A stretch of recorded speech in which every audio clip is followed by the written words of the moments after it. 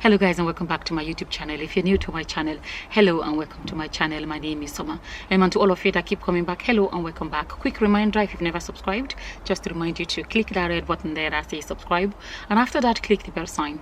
That way you get a notification whenever I upload a new video. There was a previous video in which I addressed this doctrine or this belief or whatever that people that wear makeup, lipstick and all of those things, that they will go to hell.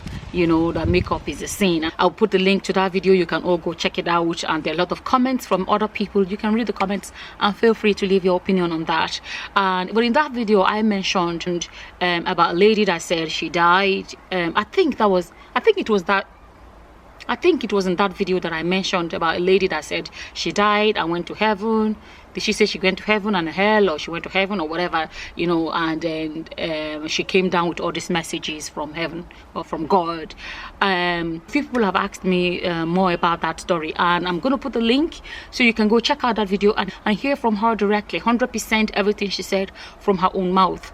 I want to address this, and I think in that same video I got the comments like, do you know sister blah blah blah died and went, and God told her that, you know, Christians should not wear makeup, and God said makeup is this or whatever that. And I want to address that because it wouldn't be the first time that I've seen people leave comments like that, like, oh, such and such a person died and God told them makeup is this. God is always telling them makeup. Most of them always come with that message of makeup, attachment, lipstick, I think sometimes high heel and stuff like that. My thing is this: we all need to be careful. We all need to be careful about believing somebody that says, I died and went to heaven, I died and went to hell, or whatever. Don't forget that it is their word. It is their word, and you're just believing them because they said so. Now, I'm not coming here to say anybody is lying or telling the truth. All I'm saying is this: don't just believe somebody because they told you that they died and they went to hell or went to heaven. Be careful. This particular lady did the same thing. This sister Margret did the same thing. She said she died and she woke up, and then she has all these messages. But later on, many years down the road, I don't even know how long after, she came out and confessed that she lied. She confessed that all of those things she said were not true. She confessed that she made them up. Okay, she made them up. She said, when this confession comes to you, if you're truly a child of God, just ask for mercy for me. Don't begin to ask me questions. She said, I was a liar, a cheat and a fraud. And by this time, videos or CDs of her heaven encounter, you know, and these messages from God had been made and shared to people. Oh, look at this sister that died, and look at what God said to her. Da, da, da, da. Let's be honest, there are a lot of us that wish we could actually hear directly from God. And some people know that there's this desire in humans to reach the if I can use the word unreachable, this desire in us humans to, you know, reach the supernatural, like hear from God and stuff like that. Anybody comes out and say, I heard from God, people want to hold on to it. That's why, like, even in a lot of societies where they have this I've forgotten what they are called, but like, they will, if people that lost their loved one, you know, they go to this person and they ask question, is my father, my grandmother, is she or he happy where they are, da, da, da. And this person will be like, yeah, they are in peace or they are not in peace. And people go and they pay for these consultations. There's this human need to break through our limitations. There are so many questions that we have no answers to, and some people know that there is this hunger to reach what we cannot reach, and this is what some people bank on. This is what they tap into. In her own case, I don't know much about this woman, if she made money out of it or whatever. I don't know if she did anything like that. I don't think she did, but I'm just saying. But somehow she felt helping God. Maybe she felt like, oh, let me say this to make people stop wearing makeup. In her confession, she said, God didn't send me, I sent myself, something like that. And I'm telling you guys, there are a lot of people that claim, thank God she came out and confessed. Honestly, there are some people, there are a lot more people that need to confess. There are some people that claim that God called them into ministry, and they themselves know they went into ministry for financial gain. They are not planning to come out and confess. At least this sister Margret, that's what she's called, she came out and confessed. There are a lot of people that are not planning to confess. They are ready to go to their grave with a lie that they've spread for such a long time. My thing is this: be careful about somebody saying to you, I died, I woke up. Be very careful. Be very, very careful. Let me tell you some of the things that are an eye-opener for me. Even somebody talked about it in the comment section in one of my last. Look at this, right? You wonder, why is it that of all the problems in the world, why is makeup, lipstick, makeup, and all those things, why is it always being mentioned? The message that God, these people claim is God, gave them for the world, right? And then if you look at the churches that those people attend, typically is those churches that do not believe in makeup, do not believe in all of those things, typically. And then have you ever wondered, when you ever hear someone from a Western society say, oh, I died and I woke up, right? Their own message is always different.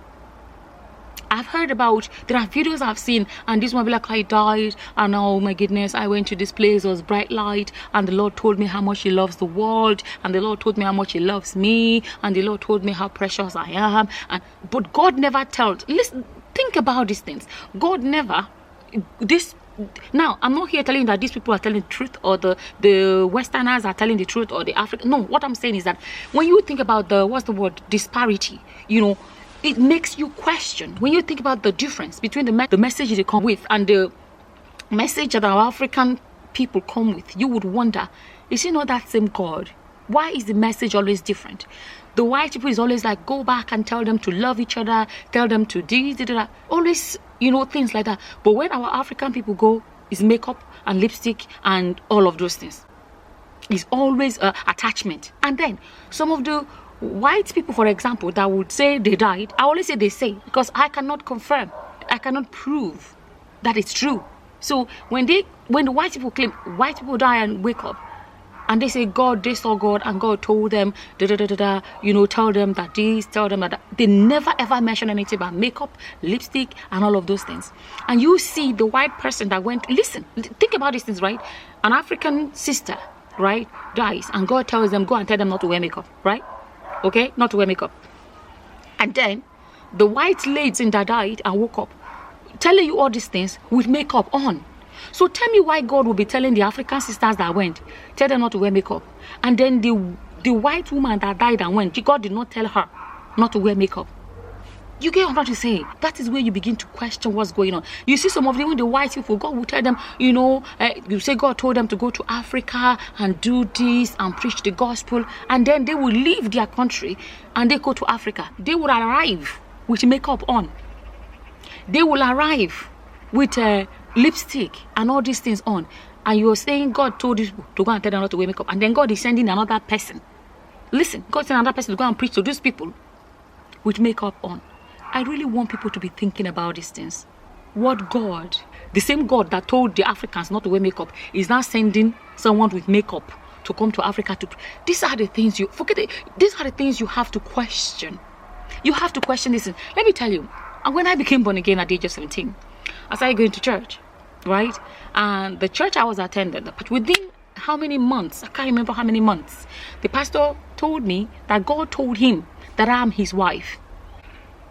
That was when that time I was still a baby Christian. Never forgot where I was when he told me that God said that I'm his wife. Who am I to question God? I had thought to myself, wow.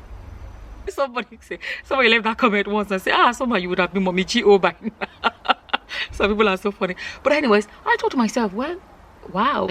So this is what God wants for my life. I didn't doubt it at all. Zero doubt. Because I didn't think it was going to be making up a story like that. And that is when I used to look at pastors as mini gods. I accepted it. I believed it. And then later on, it didn't happen. It didn't happen. And I started saying, how can God say that I'm his wife? And then it ended up not happening. God doesn't lie. Whatever God says will be, will be. And I began to wonder what happened. I was beginning to try to understand what is this. And then I realized, God didn't say so. The pastor said so. If God had said that I was his wife, it would have happened.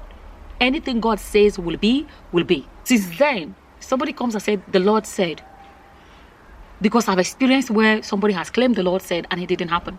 You get my point? Now, I'm not coming here to put that pastor down, whatever. I'm just saying, whatever he said ended up not being true, right? In Bible college, one of my fellow students, pastor in training, came to me and told me that the Lord said that I was his wife. You see, I've heard that before. So it wasn't going to work for me anymore. When that pastor proposed to me, I was, I think 17 or 18. I think I was 18. No, 18. And I have received marriage proposals before. The first marriage proposal that I received was when I was 15. Okay? So marriage proposal was nothing new to me. It was not new to me. When I was 15, I received 2 marriage proposals. But a lot of them but when that pastor said, the Lord said, then I took that seriously, because I was like, okay, the Lord said. When this other one then came and said, the Lord said, I was like, because it's happened to me before. No, I was like, you know what? If the Lord said to you, the Lord is going to say it to me too. I'm going to wait until he says it to me too. I said, because he has not said to me that you are my husband. And I said, our God is not an author of confusion. And I said, I'll wait until the Lord tells me. I learned early on in my Christian faith not to believe everything somebody says just because they put the name of the Lord on it. Okay? But some people are so gullible, and they be like, I've seen comments, do you know that sister so and so died, and when they woke up, the Lord told them that makeup is this, da, da, da. For me, it goes through here and comes out through the other one, because I know people. And this lady, like I said, I'm going to give her kudos for coming out publicly and confessing that she lied. I really have to say that. It is very easy to deceive people that are biblically illiterate, that have no knowledge of the word of God. It's so easy to deceive them. And some people are looking for razzle dazzle. Some people are looking for, when people are just chasing after supernatural too much, it's very easy to deceive them. She said something. She said she became hot cake for a lot of pastors. You know why? Because people like to hear something like that, and a lot of pastors want it to be like, there's action happening in my church. It's all about. And then think about it, a lot of pastors, how come they didn't dictate that this was fraud? You know why? Because she said, the Lord said. And we have to change that mentality of saying, because somebody said the Lord said, it must be true. Anybody can claim that the Lord said, even when the Lord has not said. We really need to be careful. That is all I really want to say in this video.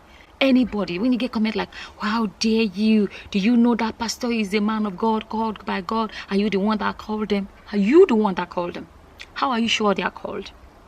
I bet you that when that sister, Margret, was doing these things, if anybody had said to you guys, I don't think she's telling the truth, you would have said the devil is using the person to doubt.